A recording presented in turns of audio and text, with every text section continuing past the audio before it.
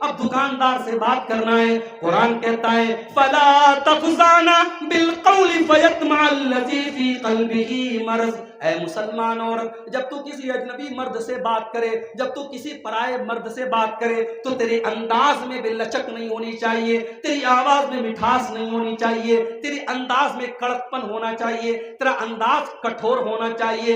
فَيَطْمَعَ الَّذِي فِي قَلْبِهِ مَرَضٌ، کہیں ایسا نہ ہو دکاندار کے دل میں آپ کے بارے میں غلط خیال پیدا ہو جائے۔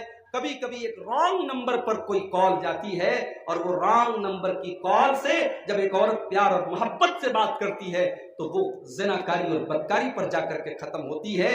ایک عورت کا کسی پرائے مرد سے مٹھاس کے ساتھ بات کرنا یہ بھی کبھی کبھی بہت بڑے خطرے کا سبب ہے۔ اس لیے اسلام نے یہ تعلیم دی کہ خبردار کسی غیر مرد کے ساتھ لچک کے ساتھ بات، شوہر کے ساتھ کبھی اتنی محبت سے بات نہیں، شوہر سے ہمیشہ ڈانٹ کے بات کی، کیا جی تیل نہیں لائے، آٹا نہیں لائے، ہمیشہ غصے میں بات کیا، اور دکان پر جا کر کے بیچاری اتنی میٹھی آواز میں بول رہی جیسے سارا شہر اس کی زبان میں اتر آ جائے۔ یہ غلط ہے میری پیاری ماں اور بہن، جو حق آپ کے شوہر کا ہے وہ حق آپ دوسروں کو دے رہی ہیں۔ شادی میں جانا ہے سجتی ہے، کہیں گھومنے پھرنے جانا ہے سنورتی ہے، جلسے میں جانا ہے دنیا بھر کا میک اپ کرتی ہے، اور شوہر جب گھر میں آتا ہے تو اسے سانپ سونگھ جاتا ہے، یہی پرانا کپڑا پہن کر کے، یہی پسینے کی بدبو، یہی سالن کی مہک، یہی پسینے کی مہک، شوہر بیچارہ قریب بھی آتے ہوئے ڈرتا ہے کہ اس کے اندر سے تو کچن کی مہک آئے۔ اللہ کے نبی سے پوچھا گیا، اے اللہ کے نبی کون سی عورت سب سے بہترین عورت ہے؟ آپ نے فرمایا التی تسرہ اذا نظر، جب شوہر دیکھے تو خوش ہو جائے۔ زمانے کو نہیں خوش کرنا ہے، شوہر کو خوش کرنا ہے۔ اور مسئلہ یاد رکھو، یہ جو ٹائٹ لیگنگ ہمارے یہاں پہنی جاتی ہے، یاد رکھو میری پیاری ماں اور بہنوں، ٹائٹ لیگنگ پہننا جس سے آپ کے جسم کا بالکل پیر کی کا پورا شیپ نظر آ رہی ہے اور پیچھے سے عورت کی پوری کمر نظر آ رہی ہے، ایسی لیگنگ پہننا عورت کے لیے جائز نہیں ہے۔ آپ کا پائجامہ ڈھیلا ہونا چاہیے، لیکن ہاں شوہر کے لیے عورت بند کمرے میں کچھ بھی پہن سکتی ہے، شوہر اور بیوی کے درمیان کوئی پردہ نہیں۔ شریعت یہ کہتی ہے بیوی اپنے شوہر کو جس طریقے سے بھی رجھا سکتی ہے، آکرشت کر سکتی ہے، اٹریکٹ کر سکتی ہے، کھینچ سکتی ہے، اس کے لیے جائز ہے۔ شریعت نے کوئی پابندی نہیں لگائی ہے، کوئی لمٹ نہیں لگائی۔ خوشبو لگا کر کے باہر نکلے گی تو اللہ کے نبی کہتے ہیں بدچلن ہے، شوہر کے لیے خوشبو لگائے گی ثواب ملے گا۔ یہاں تک اللہ کے نبی نے فرمایا، یہاں تک آپ نے فرمایا کہ اگر کوئی مرد اپنی بیوی کو کھلاتا اور پلاتا ہے تو اس پر مرد کو ثواب ملے گا۔ یاد رکھو، آپ مدرسے میں چندہ دے رہے بہت اچھی بات ہے، مسجدوں میں چندہ دے رہے بہت اچھی بات ہے، لیکن گھر میں بیوی بچوں پر جو خرچ کرتے ہیں اس پر بھی آپ کو ثواب ملے گا۔ اللہ کے نبی فرماتے ہیں اِنَّكَ لَن تُنْفِقَ نَفَقَةً تَبْتَغِي بِهَا أَجْرًا عِندَ اللَّهِ، اللہ کی رضا کے لیے جو تم خرچ کرو گے اس پر تمہیں ثواب ملے گا۔ حَتَّى اللُّقْمَةَ الَّتِي تَضَعُهَا فِي امْرَأَتِكَ، یہاں تک کہ اپنی بیوی کے منہ میں تم جو لقمہ ڈالو گے اس پر بھی تم کو ثواب ملے گا۔ تو بیوی بچوں کا خیال رکھو، وہ بھی ان کا حق ہے، اور بیوی کو یہ چاہیے کہ شوہر کو خوش کرے۔ وَتُطِيعُهُ إِذَا أَمَرَ، اور بہترین عورت کی نشانی یہ ہے کہ شوہر کوئی بات کہے تو مانے۔ اور تیسری نشانی وَلَا تُخَالِفُهُ فِي نَفْسِهَا وَمَالِهِ بِمَا يَكْرَهُ، اور شوہر کے مال کی حفاظت کرے اور اپنی آبرو کی حفاظت کرے۔ شوہر کا ATM کارڈ ہاتھ میں لگے، اب شاپنگ پر شاپنگ کر رہے ہیں، شوہر کا پرس ہاتھ میں لگے، اب پیسہ جتنا من چل رہا ہے نکال، نہیں۔ ہاں اگر شوہر بیوی کی بچوں کی ضرورت کا بھی پیسہ نہ دے تو اس کے پرس میں سے آپ پیسہ اپنی ضرورت بھر نکال سکتی ہے۔ اب مجھے نہیں پتا کہ مرشد بھائی اور بڑتا اللہ والے دوبارہ بلائیں گے کہ نہیں، مولوی صاحب آپ ہماری عورتوں کو چوری کرنا سکھا کے جا رہے ہیں، لیکن چوری کر سکتی ہے اگر شوہر کنجوس ہے۔ اگر شوہر کنجوس ہے، بیوی کا حق نہیں دے رہا ہے، بچوں کا حق نہیں دے رہا ہے۔ حضرت ابو سفیان کی بیوی حضرت ہندا رضی اللہ تعالیٰ عنہ اللہ کے نبی کے پاس آتی ہے، اے اللہ کے نبی، میرے شوہر ابو سفیان بڑے بخیل ہیں، کنجوس ہیں، مجھے اور میرے بچوں کے خرچ کا پیسہ نہیں دے سکتے ہیں، اگر ان کو بتائے بغیر میں ان کا کچھ پیسہ لے لوں تو کیا میں لے سکتی ہوں؟ اللہ کے نبی نے فرمایا کہ تم اپنی ضرورت بھر لے سکتی ہو، ضرورت بھر، اپنے حق بھر بیوی شوہر کے مال میں سے پیسہ لے سکتی ہے، مگر یہ اتنا لیتی ہے کہ جب نوٹ بندی ہوئی تب راز کھلا۔ نوٹ بندی میں ایسے گڑے خزانے نکلے ہیں صاحب، 1-1 لاکھ روپیہ بیویوں نے چھپا کر کے نکالا، شوہر بیچارہ ماتھا پکڑ کے بیٹھ گئے، اتنا پیسہ تو رکھی تھی۔ شوہر بیچارہ قرضہ لے رہا ہے اور بیوی نے 1-1 لاکھ روپیہ جٹا کر کے رکھا ہے۔ بہرحال یہ بھی ہوتا ہے، عورتیں تھوڑا سیونگ کرنے والی ہوتی ہیں، ان کو پیسہ بچانے کا بھی تھوڑا شوق ہوتا ہے، کچھ کو بچانے کا شوق ہوتا ہے، کچھ کو اڑانے کا شوق ہوتا ہے۔ بہرحال اللہ کے نبی نے فرمایا کہ بہترین عورت کی نشانی یہ ہے کہ وہ اپنے شوہر کے مال کی حفاظت کرے اور اپنی آبرو کی حفاظت کرے۔ تو یہ حالات ہے میرے بھائی، بے غیرتی اور دیوسیت آج ہمارے سماج میں۔ تو ہم گھر کی اصلاح کریں، گھر کی اصلاح کرنا بہت ضروری کام ہے، اس لیے بھی ضروری ہے کہ ہم میں سے ہر انسان سے اس سے سوال کیا جائے گا اس کے گھر والوں کے بارے میں۔ اللہ کے نبی فرماتے ہیں کلکم راع و کلکم مسئول عن رعیتہ، تم میں سے ہر انسان ذمہ دار ہے اور اس کی ذمہ داری کے بارے میں کل قیامت کے دن پوچھا جائے گا۔ فالرجل راع علی اہل بیتہ، انسان سے پوچھا جائے گا تیرے گھر والے کیا کرتے تھے؟ تیرا بیٹا رات میں 2-2 بجے تک کس سے باتیں کرتا تھا؟ تیری بیٹی کالج کے نام پر 3-3 گھنٹے گھر سے غائب رہتی تھی، تو نے پوچھا کیوں نہیں؟ تو نے نظر کیوں نہیں رکھی؟ ماں سے پوچھا جائے گا تیری جوان بیٹی کے پاس تو نے موبائل دلایا نہیں، موبائل آ گیا، تو نے پرس دلایا نہیں، پرس آ گیا، تو نے ریچارج کرایا نہیں، ریچارج ہو گیا، کہاں سے آیا؟ تو نے اپنی بیٹی سے سوال کیوں نہ کیا؟ ماں سے پوچھا جائے گا بچیوں کے بارے میں، باپ سے پوچھا جائے گا بیٹوں کے بارے میں، انسان سے پوچھا جائے گا پوری فیملی کے بارے میں۔ آپ کی تہجد آپ کو اس سوال سے نہیں بچا پائے، ہمارا اعتکاف، ہماری تراویح، ہمارا روزہ، ہمارا حج، ہمارا عمرہ ہمیں اس سوال سے نہیں بچا پائے گا۔ اللہ پوچھے گا کہ تجھے ہم نے اولاد جیسی نعمت دی تھی۔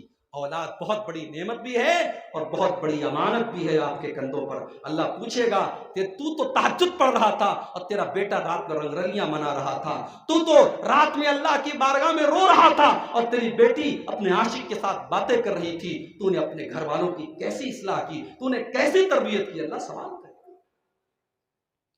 اسی لیے اللہ کے نبی فرماتے ہیں ما من عبد یسترعیہ اللہ رعیۃ ثم يموت يوم يموت وهو غاش لرعیتہ الا حرم اللہ علیہ الجنہ، جس انسان کے اوپر اللہ تعالیٰ نے کوئی ذمہ داری ڈال دی اور اس نے اپنی ذمہ داری کا حق ادا نہیں کیا۔ آج تو لڑائی ہوتی ہے، ہم کو ناظم کیوں نہیں بنایا، ہم کو مسجد کا متولی کیوں نہیں بنایا، مدرسے کا سیکریٹری ہم کو کیوں نہیں بنایا، اتنا شوق کیوں ہے بھائی؟ اچھا یہ بھی کہتے ہیں مجھے کوئی لالچ نہیں ہے، متولی صاحب کہتے ہیں بھائی مجھے کوئی لالچ نہیں ہے، لیکن دوسرے کو متولی بنا تو متولی صاحب کا دماغ خراب ہو جاتا ہے۔ جب تمہیں لالچ نہیں تو تمہارا دماغ کیوں خراب ہو؟ یہ عہدے، یہ کرسیاں، یہ بہت بڑی امانت ہے میرے بھائی، اگر آپ نے اس کا حق ادا نہیں کیا تو اللہ کے نبی کتنی سخت بات بول رہے ہیں، اگر آپ نے اپنی ذمہ داری کا حق ادا نہیں کیا الا حرم اللہ علیہ الجنہ، اس انسان پر جنت حرام ہو جائے گی۔ اگر ایک مدرسے کا سیکریٹری مدرسے کی رقم کھا رہا ہے، بے ایمانی کر رہا ہے، ایک مسجد کا متولی مسجد کے چندے میں خرد بٹ کر رہا ہے، ایک علاقے کا ذمہ دار اگر اپنے عہدے کے ساتھ انصاف نہیں کر رہا ہے، نبی کے الفاظ ہیں جنت اس کے اوپر حرام ہو جائے گی۔ اگر اتنا خطرناک سودا ہے تو جو انسان صاف ستھرا ہوگا وہ تو کہے گا بھیا مجھے نہیں چاہیے، تم یہ کرسی اپنے پاس رکھو، یہ عہدہ اپنے پاس رکھو، مجھے اتنی خطرناک ذمہ داری نہیں چاہیے۔ اور جو اس کے لیے تڑپے گا، آج دیکھ لیجیے آپ کون سی ایسی مسجد ہے جہاں کمیٹی کا اختلاف نہیں، کون سا ایسا مدرسہ ہے جہاں 2 ناظم نہ ہو، 2 سیکریٹری نہ ہو اور آپس میں 2 کمیٹیاں نہ ہو، ہر جگہ جھگڑے ہیں۔ میرے بھائیوں یہ عہدے بہت بڑی ذمہ داری ہیں اور اللہ کے نبی فرماتے ہیں اگر ذمہ داری کے ساتھ آپ نے خیانت کی ہے جنت آپ کے اوپر حرام ہو جائے۔ تو گھر کی اصلاح کرو، اور اس لیے بھی گھر کی اصلاح کرنا بہت ضروری ہے کیونکہ گھر ہماری عزت کی حفاظت کا ذریعہ ہے۔ ہماری ماں بہنوں کی عزت اگر سیف ہے تو گھر کے اندر سیف ہے۔ اسی لیے اللہ نے قرآن میں اپنے نبی کی بیویوں سے فرمایا وَقَرْنَ فِي بُيُوتِكُنَّ، اے نبی کی بیویوں تم اپنے گھروں کے اندر جمی رہو، اپنے گھر کے اندر عزت کے ساتھ رہو۔ پتہ یہ چلا کہ ایک عورت کی عزت اگر کہیں سیف ہے تو گھر کے اندر سیف ہے۔ اور اللہ کے پیارے نبی فرماتے ہیں، صحیح ابن حبان کی صحیح روایت ہے، طوبیٰ لمن ملک لسانہ ووسعہ بیتہ وبکا علی خطیئتہ، تین چیزیں جس کے اندر پیدا ہو جائیں اس کو جنت مل جائے گی، اس کے لیے خوشخبری ہے، اس کے لیے جنت ہے۔ لمن ملک لسانہ، سب سے پہلی چیز اپنی زبان کو کنٹرول کر لے، ووسعہ بیتہ، اور اس کا گھر اس کے لیے کافی ہو جائے۔ کیا مطلب؟ گھر کافی ہو جائے مطلب یہ ہے کہ مکان اس کا چاہے چھوٹا ہو لیکن وہ لالچ نہ کرے، وہ حرام کی طرف نہ جائے، اپنے گھر کو اپنے لیے کافی سمجھے۔ اور ایک مطلب یہ بھی ہے اس حدیث کا کہ جب فتنوں کا دور آ جائے، جب بہت طریقے کے باہر بے حیائی کا فتنہ ہے، زناکاری کا فتنہ ہے، حرام فتنہ ہے، تو وہ انسان اپنے گھر میں زیادہ ٹائم دے، اپنے بچوں کو زیادہ ٹائم دے، تو اس انسان کو جنت ملے گی۔ اور تیسری چیز وہ بقا علی خطیئتہ، اپنے گناہ کے اوپر روتا ہو، اپنے گناہ کے اوپر آنسو بہاتا ہو اور اللہ سے توبہ کرتا ہو۔ یہ تین چیزیں جس کو مل جائیں اللہ کے نبی فرماتے ہیں اس کو جنت مل جائے۔ تو آئیے ہم کچھ پوائنٹس آپ کے سامنے بیان کرنے جا رہے ہیں، گھر کی اصلاح کرنے کے کچھ فارمولے بتا رہے ہیں۔ آج کی تقریر کا سب سے اہم حصہ ہے، اس کو مس مت کیجیے گا، اس کو دماغ میں کہیں نوٹ کرتے چلیے گا کہ یہ کچھ موٹی موٹی چیزیں ہیں، اس کو اگر ہم نے اپنا لیا ہمارے گھروں کا ماحول انشاءاللہ بدلے گا، ہمارے گھروں کی اصلاح ہو جائے گی۔ میں 10 پوائنٹ آپ کے سامنے پیش کروں گا، 10 موٹی موٹی باتیں ہیں، اس کو اپنائیے گا، اس کے بعد ہم انشاءاللہ اپنی بات کریں گے۔ سب سے پہلی چیز، آپ مکان بناتے ہیں، سب سے پہلے مکان کی بنیاد آپ مضبوط بناتے ہیں۔ اگر بنیاد کمزور ہے، مکان آپ 4-5 منزل کا تان دیجئے لیکن ایک دن وہ مکان گر جائے گا کیونکہ بنیاد کمزور ہے۔ اگر آپ اپنے گھر کی اصلاح کرنا چاہتے ہیں، سب سے پہلے اپنے گھر کی بنیاد صحیح کیجئے۔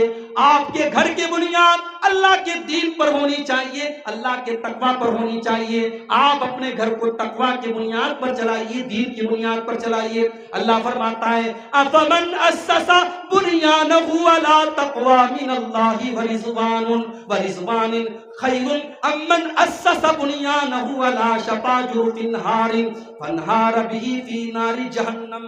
اللہ نے فرمایا ایک انسان وہ ہے جس کے مکان کی عمارت کی بنیاد اللہ کے تقوی پر ہے اور اللہ کی خوشنودی کے اوپر ہے، اور ایک دوسرا انسان ہے جس کے مکان کی بنیاد جہنم کی آگ کے گڑھے کے اوپر ہے۔ بتاؤ دونوں میں سے کون کامیاب ہوگا؟ جو جہنم کی آگ کی بنیاد پر اپنا مکان بنائے گا اس کا مکان جہنم کی آگ میں جائے گا۔ میرے بھائیوں، پہلے لاٹری بنگال میں کھیلی جاتی تھی، ابھی آپ کے جھارکھنڈ میں بڑے زور شور سے کھیلی جاتی ہے۔ پہلے ہمارا نوجوان تاش کے پتوں کے ذریعے جوا کھیلا کرتا تھا، اور ابھی ڈیجیٹل زمانہ آ گیا ہے۔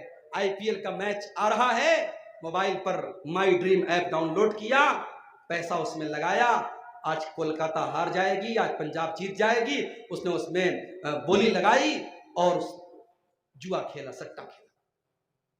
کہ آپ اس جوئے کے پیسے سے اپنے مکان کی تعمیر کریں گے؟ آپ لاٹری کے پیسے سے اپنے بچوں کو پالیں گے؟ حرام کمائی سے اپنے پریوار کو اگر آپ نے پالا ہے اور اپنے گھر میں آپ وہ حرام کمائی لائے ہیں تو آپ نے جہنم کی آگ کے گڑھے کے اوپر اپنے گھر کی بنیاد رکھی۔ پہلے بنیاد صحیح کیجیے، پہلے بنیاد صحیح کیجیے۔